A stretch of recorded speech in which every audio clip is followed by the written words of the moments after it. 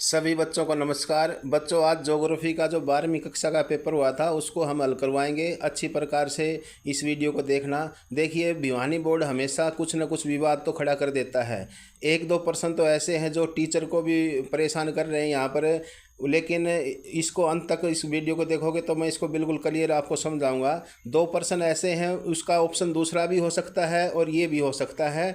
इसको शायद grace mark मिल सकें आपको। दो तो ऐसे ऐसे विवादित पर्सन हैं, उसको देखिए। मैं अंत अंत में उसको बताऊंगा आपको कि कौन से पर्सन।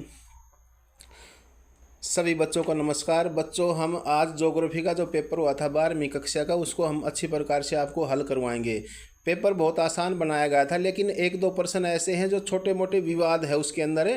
वो उसमें बोर्ड उसका जो उत्तर ये भी बता सकता है, मैं बताऊं ये भी बता सकता है। मैं आपको दोनों क्लियर कर दूंगा कि कौन से ऐसे एक दो पर्सन हैं जो विवाद में हो सकते हैं। तो इस वीडियो को अंत तक देखना। ये हमारा मैक्सिमम 60 नंबर का पेपर था और 3 घंटे का समय था। इसमें देखिए, पहले 10 पर्सन हैं, वो एक एक नंबर के हैं। पहला क्वेश्चन है, शुष्क कृषि में निम्न में से कौन सी फसल नहीं बोई जाती। यानी कि इनमें से कौन सी ऐसी फसल है जो शुष्क कृषि में नहीं आती, वो आर्द्र कृषि में आती है। देखिए, रागी, ज्वार और मूंगफली, ये 3 फसलें शुष्क कृषि में आते हैं। और जो गन्ना है वो शुष्क में नहीं आता, तो गन्ना आर्द्र कृषि में आता है। तो इसका डी ऑप्शन बिल्कुल सही आएगा, गन्ना। ये ध्यान रखना है, गन्ना इसका यहाँ पर नहीं में पूछ रखा है, तो इसका सही उत्तर गन्ना आएगा, क्योंकि गन्ना जो है वो आर्द्र कृषि में आता है और बाकी ये जो 3 है ये शुष्क कृषि में आते हैं। दूसरा क्वेश्चन देखिए। दूसरा क्वेश्चन है, आईटीडीपी निम्न में से किसका एक संदर्भ में वर्णित करता है। आईटीडीपी का पूरा नाम है इंटीग्रेटेड ट्रिबल डेवलपमेंट प्रोग्राम, यानी कि समन्वित जनजातीय विकास प्रोग्राम। ये मुख्य रूप से जो हिमाचल प्रदेश का क्षेत्र है, जो गरीब जो एसटी जो लोग हैं उन क्षेत्र के विकास के लिए है। तो इसका बी ऑप्शन बिल्कुल सही आएगा, आईटीडीपी यानी कि समन्वित जनजातीय विकास प्रोग्राम। तो इसको जिस बच्चे ने बी ऑप्शन को सही लगाया है उसका उत्तर बिल्कुल सही है। तीसरा प्रश्न इसमें देखिए, तीसरे प्रश्न में पूछा गया है, बहुत धमाकेदार प्रश्न है। मैंने वीडियो में कई बार इसको बताया गया है और 2-3 दिन पहले वीडियो बनाई थी, उसमें भी मैंने ये प्रश्न दिया था। जलोढ़ मैदान में किस प्रकार की बस्तियां मिलती हैं। जो जलोढ़ मैदान होते हैं उसमें कौन सी बस्ती मिलती हैं, उसमें गुच्छित बस्ती मिलती हैं। ए ऑप्शन इसका बिल्कुल सही है। गुच्छित बस्ती में घर पास पास होते हैं, सटे होते हैं, और बाकी जो हैं वो जलोढ़ मैदानों में नहीं पाई जाती। वो पर्वतीय इलाकों में, मरुस्थलीय इलाकों में और घाटियों में ऐसी बस्तियां दूसरी मिलती हैं। तो इसका सही उत्तर आएगा ए ऑप्शन में, गुच्छित बस्ती सही है। अगला प्रश्न देखिए। अगला प्रश्न है, नेहवा सेवा पतन किस राज्य में है। नेहवा सेवा यानी कि इसका नाम है जवाहरलाल नेहरू पतन। दूसरा नाम इसका क्या है, जवाहरलाल नेहरू पतन भी बोलते हैं इसको, नेहवा सेवा पतन है। ये मुंबई की भीड़ को कम करने के लिए इस पतन की स्थापना की गई थी। तो ये महाराष्ट्र में है। डी ऑप्शन इसका बिल्कुल सही है। बिल्कुल कई बार मैंने वीडियो इसकी मैं समझाया बीच बीच में, और क्लास में भी बताया गया बच्चों को। तो इसका डी ऑप्शन सही है, महाराष्ट्र। नेहवा सेवा जो पतन है वो महाराष्ट्र में है भाई। अगला प्रश्न देखिए। अगला प्रश्न है कि निम्न में से कौन सा अम्ल वर्षा का एक कारण है। अम्लीय जो वर्षा होती है वो किस कारण से होती है। तो अम्लीय वर्षा जो वायु प्रदूषण होता है तो उसके द्वारा अम्लीय वर्षा का प्रभाव हो जाता है। यानी कि वायु में जो धूल के कारण वायु में जो कार्बन डाइऑक्साइड गैस बढ़ जाती है और दूसरे हानिकारक विषैली गैसें वायु में बढ़ जाएंगी। तो जब ऊपर से वर्षा होती है तो उसके अंदर से गुजरती है वो वर्षा जल, तो वो प्रदूषित हो जाती है और वो अम्लीय वर्षा बन जाती है। तो ये अम्लीय वर्षा जो हमारा जो ताजमहल है आगरा में, उसकी जो कलर है, उसकी जो वाइटनेस है उसको भी हल्का कर रही है, उसको भी पीले रंग में बदल रही है, उसका भी कलर जो है वो फेड होता जा रहा है उस अम्लीय वर्षा के कारण। ये नोट कर लेना है, बी ऑप्शन बिल्कुल सही है, अम्लीय वर्षा वायु प्रदूषण के कारण होती है। अगला प्रश्न देखिए। अगला प्रश्न है, भू निम्नीकरण का कौन सा कारक नहीं है। भू निम्नीकरण का कारक बताना है कौन सा नहीं है। अपर्दन, लवणता और क्या है, अक्षारीयता। यानी कि अक्षारीयता बढ़ जाएगी मिट्टी में, लवणता बढ़ जाएगी, या अपर्दन हो जाएगा मिट्टी का तो भूमि निम्नीकरण हो जाएगी। नहीं पूछा है तो इसका वन आ जाएगा। वन जो होते हैं वो मिट्टी में उपजाऊ शक्ति बढ़ाते हैं। मिट्टी में जो पत्तियां गड़ सड़ जाती हैं वनों की, पेड़ पौधों की, तो मिट्टी उपजाऊ बन जाती है। तो इसका डी ऑप्शन बिल्कुल सही है, वन आएगा इसका उत्तर। राइट उत्तर है इसका वन। ध्यान करना आप बच्चों। अगला प्रश्न है, विश्व व्यापार संगठन की स्थापना कब हुई। विश्व व्यापार संगठन यानी कि वर्ल्ड ट्रेड ऑर्गेनाइजेशन की जो स्थापना हुई थी 1995 में हुई थी भैया, ये नोट कर लेना है। जिसने 1995 में लगाया है वो बिल्कुल सही है। और इसका मुख्यालय भी बता देता हूँ, जिनेवा में इसका मुख्यालय है। जिनेवा यानी कि स्विट्जरलैंड में इसका मुख्यालय है, जिनेवा में। अगला प्रश्न देखिए, नवनिश्चयवाद की संकल्पना किसने प्रस्तुत की? रुको और चलो, रुको और जाओ, गिरफिट टेलर। कौन आएगा इसका उत्तर? गिरफिट टेलर ऑस्ट्रेलियन भूगोलवेत्ता थे जिन्होंने नवनिश्चयवाद की संकल्पना को प्रस्तुत किया था।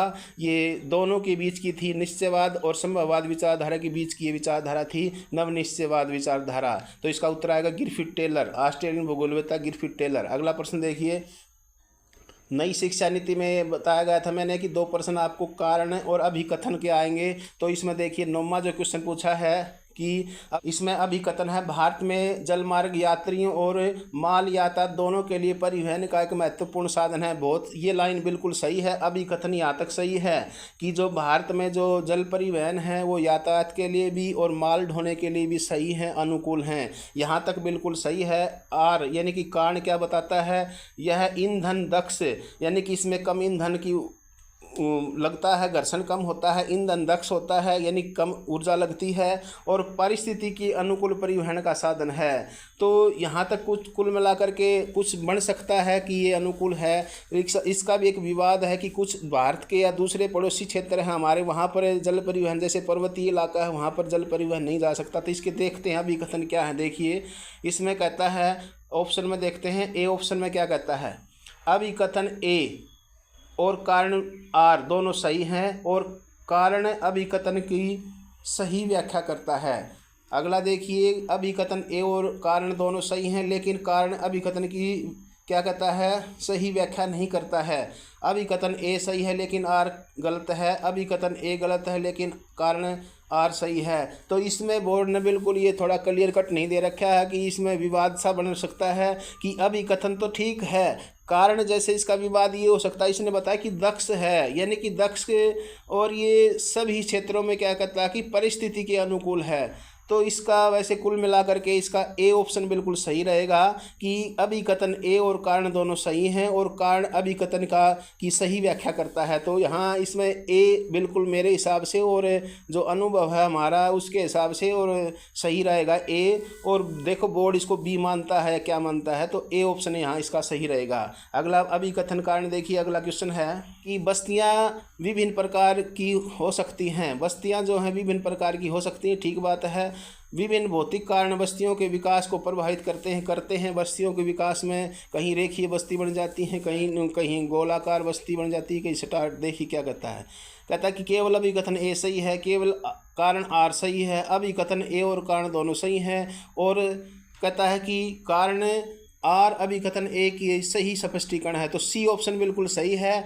10वें का उत्तर सी आएगा, नोट कर लेना बच्चों। जिसने सी लगाया है उसको 1 नंबर यहाँ से मिल जाएगा। अगला प्रश्न देखिए, अगला प्रश्न बहुत ही अच्छा प्रश्न है। गैरिसन नगर क्या है, इसके क्या कार्य होते हैं? गैरिसन नगर, देखिए गैरिसन जो शब्द है वो ब्रिटिश काल से ही जो सैनिक जो होते थे उन सैनिकों की कुछ छावनियाँ बनाई गई थी। सैनिकों को वहाँ ट्रेनिंग दी जाती थी, उनकी टुकड़ियाँ रखी जाती थी और उन टुकड़ियों को रखने का जो नगर था, जो स्थान था, वो गैरिसन नगर कहलाता था। तो इसके कार्य तो हैं कि सैनिकों की छावनी होती है, सैनिकों की टुकड़ियाँ वहाँ रखी जाती हैं। इसके कोई उदाहरण पूछ लेता है तो इसके उदाहरण भी दे सकते हो। अम्बाला जैसे अम्बाला है, महू है, जालंधर है, ये कुछ गैरिसन नगरों के उदाहरण हैं। तो ये आपने इस प्रकार इसको लिखना था। गैरिसन नगर जहाँ पर सैनिक छावनियाँ रखी जाती हैं, सैनिक टुकड़ियाँ रखी जाती हैं, जिन स्थानों पर सैनिक भाई रहते हैं वो नगरों को गैरिसन नगर कहते हैं। जैसे मेरठ भी एक गैरिसन नगर में आता है। अगला प्रश्न देखिए, इसके अथवा में प्रश्न है, भारत में ग्रामीण बस्तियों के मुख्य प्रकार बताएं। भारत में जो ग्रामीण बस्ती हैं उसके प्रकार बताने हैं। देखिए ग्रामीण बस्ती 4 प्रकार की, जिसको दिमाग था ना, जिस बच्चे को दिमाग था उसको इसी प्रश्न में उत्तर था। ये इसमें ऊपर देखिए तीसरा प्रश्न था, तीसरे प्रश्न में पूछ रखा है, बता रखा है बिल्कुल कि जो बस्तियां गुच्छित अर्ध गुच्छित ये क्या हैं, ये तीसरे प्रश्न में देखिए आप दे रखी हैं। इसमें विभिन्न बस्तियों के जो प्रकार हैं ये दे रखे, बिल्कुल ईजी था। इसी प्रश्न में इसका उत्तर था गुच्छित बस्ती, अर्ध गुच्छित बस्ती और परीक्षित बस्ती और पल्लीकृत बस्तियाँ। ये क्या है, ये बस्तियां हैं ग्रामीण बस्तियों के क्या हैं ये प्रकार हैं। तो इसका उत्तर आ जाता है ये 4 प्रकार की होती हैं ग्रामीण बस्तियां। तो यहाँ पर आप इसको लिख सकते थे ग्रामीण बस्ती। प्रारूप अलग होता है, प्रकार अलग हैं। प्रारूप में तो रेखीय रुई आती हैं। तो इसमें भारत में ग्रामीण बस्तियों के मुख्य प्रकार 4 प्रकार होते हैं। वो तीसरे प्रश्न में जो दे रखे ऑप्शन वो यहाँ ऐसे कैसे टेक देने थे। अगला प्रश्न देखिए, 2047 तक भी भारत में अपने आप वैसे करना था, इसकी जगह को अथवा में दे रखा है। पृष्ठ प्रदेश का अर्थ क्या हुआ? पृष्ठ प्रदेश भी अच्छा प्रश्न दिया गया है। पृष्ठ प्रदेश होता है किसी नगर या बंदरगाह, किसी नगर या बंदरगाह के आसपास इर्द गिर्द का प्रदेश क्षेत्र है जिसमें आर्थिक क्रियाएं होती हैं उस नगर के लिए, और वो जो क्षेत्र होता है उसमें वाणिज्यिक कार्य उससे जुड़े होते हैं। तो ऐसे नगर को पृष्ठ प्रदेश कहते हैं। किसी बंदरगाह या किसी नगर के आसपास के क्षेत्र को पृष्ठ नाम दिया गया है। ये पृष्ठ प्रदेश उसकी आर्थिक और वाणिज्यिक क्रियाओं से जुड़ा होता है, सम्मिलित होती हैं सारी क्रियाएं, आर्थिक क्रियाएं। जैसे मुंबई, जो बड़े बड़े महानगर या बंदरगाह हैं उनके पृष्ठ प्रदेश यहाँ लिख सकते थे आप। अगला इसमें अथवा हम दे रखे हैं। स्वर्णिम चतुर्भुज से आप क्या समझते हो? स्वर्णिम चतुर्भुज यानी कि देश के 4 महानगर है, दिल्ली से मुंबई, मुंबई से चेन्नई, चेन्नई से कलकत्ता और कलकत्ता से दिल्ली को मिलाने वाले सुपर एक्सप्रेस मार्ग है। सुपर एक्सप्रेस मार्ग स्वर्णिम चतुर्भुज के भाग हैं। ये 4 से 6 लाइन के होते हैं और इनके लिए बनाने की जो नीति थी, बनाओ चलाओ और सौंपो, बनाओ चलाओ और सौंपो, ये अटल बिहारी वाजपेयी जी की ये देन है। उन्होंने इसको बनाया था सुपर एक्सप्रेस मार्गों को और स्वर्णिम चतुर्भुज को। ये देश के 4 महानगरों को जोड़ते हैं। इस प्रकार इसको आपको लिखना था। अगला प्रश्न देखिए, जनसंख्या घनत्व से आप क्या समझते हो? डेंसिटी ऑफ पॉपुलेशन बहुत अच्छा प्रश्न है। जनसंख्या घनत्व यानी कि प्रति वर्ग किलोमीटर में रहने वाले लोगों की संख्या को जनसंख्या घनत्व कहते हैं। भारत का जो जनसंख्या घनत्व है 2011 की जनगणना के अनुसार 382 प्रति वर्ग किलोमीटर है। 382 प्रति वर्ग किलोमीटर भारत का जनसंख्या घनत्व है। और सबसे अधिक जनसंख्या घनत्व वाला जो राज्य पूछ लेता तो बिहार है। बिहार में सबसे अधिक जनसंख्या घनत्व पाया जाता है और सबसे कम जनसंख्या घनत्व अरुणाचल प्रदेश में पाया जाता है। ये मैंने कई बार आपको समझाया गया है, वीडियो भी है इसकी। अगला प्रश्न है, मानव भूगोल के उप क्षेत्रों के नाम बताएं। बहुत अच्छा प्रश्न है। मानव भूगोल के जो उप क्षेत्र हैं वो कई बार मैंने आपको बता रखे हैं कि पीछे से वीडियो बनाई थी, उसमें मैंने बताया था कि इसके उप क्षेत्रों में जैसे सामाजिक भूगोल है, राजनीतिक भूगोल है, आर्थिक भूगोल है, परिवहन भूगोल है, नगरीय भूगोल है, ग्रामीण भूगोल है, कृषि भूगोल है। ये मानव भूगोल के उप क्षेत्रों में इसमें लिख सकते थे आप। ये बिल्कुल ईजी प्रश्न है। अगला प्रश्न है संभववाद। बहुत धमाकेदार प्रश्न आएगा। संभववाद क्या है? संभववाद यानी कि वो विचारधारा जिसमें मानव ने प्रकृति पर विजय प्राप्त कर ली हो, उस विचारधारा को संभववाद विचारधारा के नाम से पुकारा जाता है। संभववाद विचारधारा के जो जनक थे, समर्थक थे, वो फ्रांस के भूगोलवेता थे। फ्रांसीसी भूगोलवेता विडाल डी ला ब्लास, एल फेवरे, जीन ब्रुन्स, ये इसके समर्थक थे। इन्होंने इस विचारधारा को दिया था संभववादी विचारधारा, यानी कि प्रकृति पर विजय संभववाद में आता है। ये आपने नोट कर लेना था। ये सही उत्तर आपने इस प्रकार दिया होगा। पीछे वीडियो बनाई थी उसमें मैंने समझाया था। तीनों विचारधाराएं मैंने बताई थी। ये मान्यताएं निश्चयवाद, संभववाद और नवनिश्चयवाद। अगला प्रश्न है, विश्व के चिकित्सा पर्यटन के क्षेत्र में तेजी से उभरते हुए देशों के नाम। देखिए, विश्व में चिकित्सा पर्यटन में तेजी से उभरते पूछा इसने। ये नहीं कि जो पहले विकसित हैं। चिकित्सा पर्यटन यानी कि जहाँ पर लोग जाते हैं, पर्यटन भी काम हो जाता है और अपनी चिकित्सा भी सेवा ले लेते हैं। जैसे कौन कौन से देश आएंगे, उन देशों के नाम बताने हैं। थाईलैंड है, सिंगापुर है, तुर्की है, भारत है। ये ऐसे देश हैं विश्व में जो चिकित्सा पर्यटन के क्षेत्र में तेजी से उभरते हुए हैं। तो यहाँ पर ये 4-5 देश नाम लिख देते, थाईलैंड, भारत, तुर्की, सिंगापुर, ये आपने लिख देने थे। अगला प्रश्न देखिए, भारत के विदेशी व्यापार की प्रमुख विशेषताओं का उल्लेख कीजिए। परसों मैंने वीडियो बनाई थी, भारत के विदेशी व्यापार के प्रमुख विशेषताओं का उल्लेख है। इसमें बतानी थी कि भारत का जो विदेशी व्यापार है उसमें क्या है, ऋणात्मक है, हमारा संतुलन, ज़्यादा वस्तुएं मंगाते हैं और कम मूल्य की वस्तुएं निर्यात करते हैं, कृषि के उत्पाद ज़्यादा हैं और मशीनें हम आयात करवाते हैं। ये आपने इस प्रकार इसको बता देना था, कर देना था। भारत के विदेशी व्यापार की प्रमुख विशेषताएँ, बिल्कुल ईजी प्रश्न था। भारत में अगला प्रश्न इसके अथवा हम दे रखा, या ये कर देते, भारत के आर्थिक विकास में सड़कों की भूमिका वर्णन करो। आर्थिक विकास में सड़कों की भूमिका, सड़कों के लाभ बता देते कि उत्पादित वस्तु को उपभोक्ता के घर तक पहुंचा सकते हैं, छोटी दूरी के लिए सड़क आसान रहती हैं, टेढ़े मेढ़े रास्ते सड़क बनाई जा सकती है। सड़क के बारे में ये ऐसी बता देते थे आप, बिल्कुल ईजी था ये। वायु प्रदूषण के मुख्य स्रोत बताया था कि वायु प्रदूषण आओगा, धुआं ठा दियो, वायु प्रदूषण का प्रश्न आओगा। वायु प्रदूषण का तो यहाँ पर कर देते, वायु प्रदूषण के स्रोत क्या हैं, प्राकृतिक स्रोत भी होते हैं, मानवीय भी। प्राकृतिक में ज्वालामुखी है, जैसे धूल राख निकलती है, ज्वालामुखी विस्फोट होता है, तो ठीक है, ये प्राकृतिक स्रोत हैं। और मानवीय में जैसे हम बम बारूद करते हैं या हम परिवहन के साधन चलते हैं, उद्योगों से वायु प्रदूषण होता है। ये आपने फ्री का प्रश्न था, यो गोड़ मोड़ कर के नेशन कर देते। अगला प्रश्न दियो अथवा में दे रखा है, भारत में मलिन बस्तियों की समस्या बतानी थी। मलिन बस्तियों की नरी समस्या है, पानी निकासी की समस्या, शुद्ध हवा की समस्या, रहने की समस्या। एक एक घर में 10-10 आदमी में, छोटे छोटे घरों में धारावी सी बसी मलिन बस्ती है। ये बिल्कुल ईजी था, इसको कर देते। मक्खियाँ भी बनाती रहती हैं वहाँ मलिन बस्तियों में। अगला है, इसमें जनांगिक संकट में 3 अवस्था, बिल्कुल बहुत बढ़िया प्रश्न है। यो कई बार मैंने आपको बताया कि यो प्रश्न तो पेपर में आ सकता है, तो ये देख ले, 3 अवस्थाएं बताई थी और 5 इसके प्रकार बताए थे। 3 अवस्था, पहली अवस्था में जन्म दर मृत्यु दर ऊंची होती है, जिसमें जनसंख्या नहीं बढ़ती। दूसरी अवस्था में जनसंख्या विस्फोट हुआ है, जन्म दर वैसी बनी रहती है, मृत्यु दर में कमी आ जाती है। भारत दूसरी अवस्था में है। और तीसरी अवस्था सर्वश्रेष्ठ उत्तम अवस्था है, जैसे यूरोपियन देश हैं और एशिया में जापान इसी में आता है, जिसमें जनसंख्या ऋणात्मक वृद्धि हो जाती है, जनसंख्या कभी नहीं बढ़ती। ये बिल्कुल ईजी धमाकेदार था, इसका चित्र भी बना देते।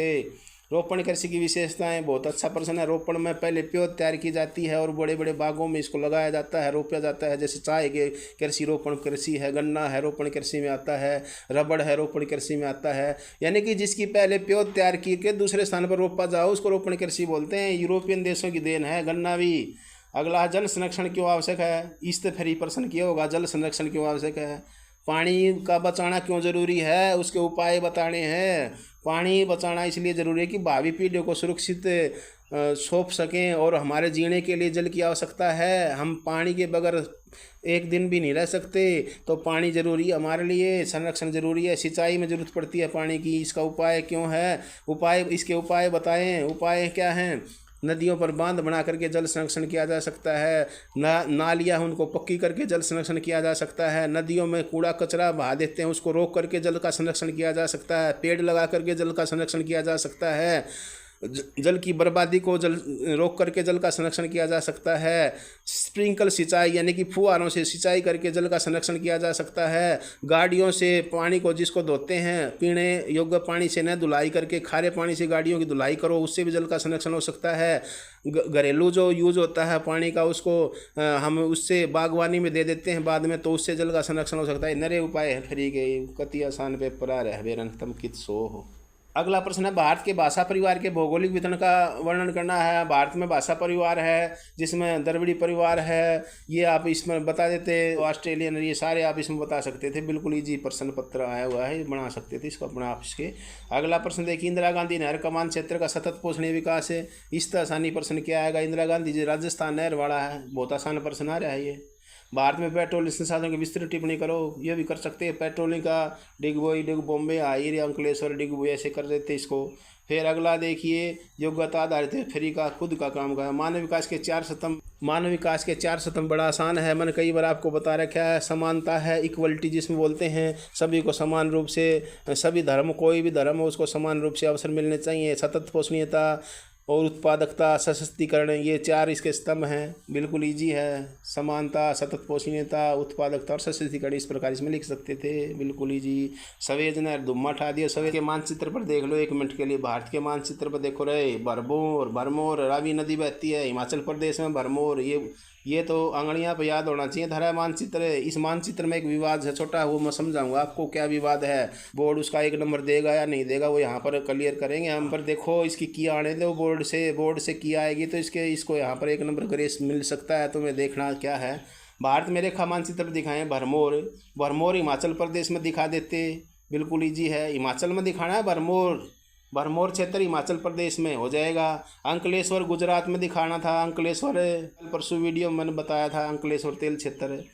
कॉफ़ी उत्पादक कर्नाटक को मैंने बताया था कैसे कर्नाटक कैसे कॉफ़ी इसको कहवा बोलते हैं। विश्व में सबसे अधिक ब्राज़ील में होता है। अगला है न्यूनतम नगरीय जनसंख्या वाला राज्य। यहाँ पर विवाद है, इसको ध्यान से नोट कर लो रे बच्चों रे। न्यूनतम नगरीय जनसंख्या वाला राज्य है, यानी कि वह राज्य बताना है जिसमें न्यूनतम नगरीय जनसंख्या वाला राज्य है। नगरीय जनसंख्या कम है, जनसंख्या कम पूछिए नगरीय की तो इसका सिक्किम आएगा। यहाँ इसका उत्तर सिक्किम आएगा। सिक्किम इसको आपने यदि भरया है ना सिक्किम तो सही है। देखिए सिक्किम में जनसंख्या वैसे भी सबसे कम है, आई दिमाग लगाना था यहाँ पर है। सिक्किम में जनसंख्या वैसे भी सबसे कम है, शहर भी कम हो जाएंगे, नगर भी कम हो जाएंगे, जनसंख्या जितनी कम होगी तो इसका उत्तर आएगा सिक्किम। न्यूनतम नगरीय जनसंख्या वाला राज्य आएगा सिक्किम। यहाँ सिक्किम भरना था। इसका विवाद क्या बनेगा यहाँ पर? बोर्ड देखो क्या मानना है, बोर्ड ये भी मान सकता है हिमाचल प्रदेश। देखिए हिमाचल प्रदेश का प्रश्न इस तरह बनता है यदि पेपर में आता है ऐसे कि भारत का वह राज्य है जिसमें सबसे कम नगरीय प्रतिशत है, यानी कि जिसमें नगरीय परसेंट जनसंख्या कम रहती हो, अनुपात नगरों जनसंख्या का कम हो, तो वो हिमाचल प्रदेश। यानी कि वहाँ पर परसेंटेज में ग्रामीण लोग ज़्यादा हैं लेकिन जनसंख्या में सिक्किम आएगा। समझ में आई? जनसंख्या जो है वो नगरीय सबसे कम जनसंख्या सिक्किम की है नगरीय जनसंख्या, और नगरीय सबसे कम अनुपात है हिमाचल प्रदेश का। परसेंटेज में हिमाचल आएगा और जनसंख्या में नगरीय जनसंख्या कम होने में सिक्किम आएगा। तो इसका उत्तर सही अपनी ओर से सिक्किम आएगा। बोर्ड देखो क्या मानता है, यहाँ पर सिक्किम आना चाहिए। फिर मुंबई महानगर, मुंबई दिखा देते, मुंबई पता रखा है। यो हमारा पेपर था, बता इसमें क्या रहा। यदि आपने पेपर सॉल्यूशन सही लगा हो हमारा तो इसको वीडियो को शेयर कीजिए, लाइक कीजिए। जय हिंद, जय भारत।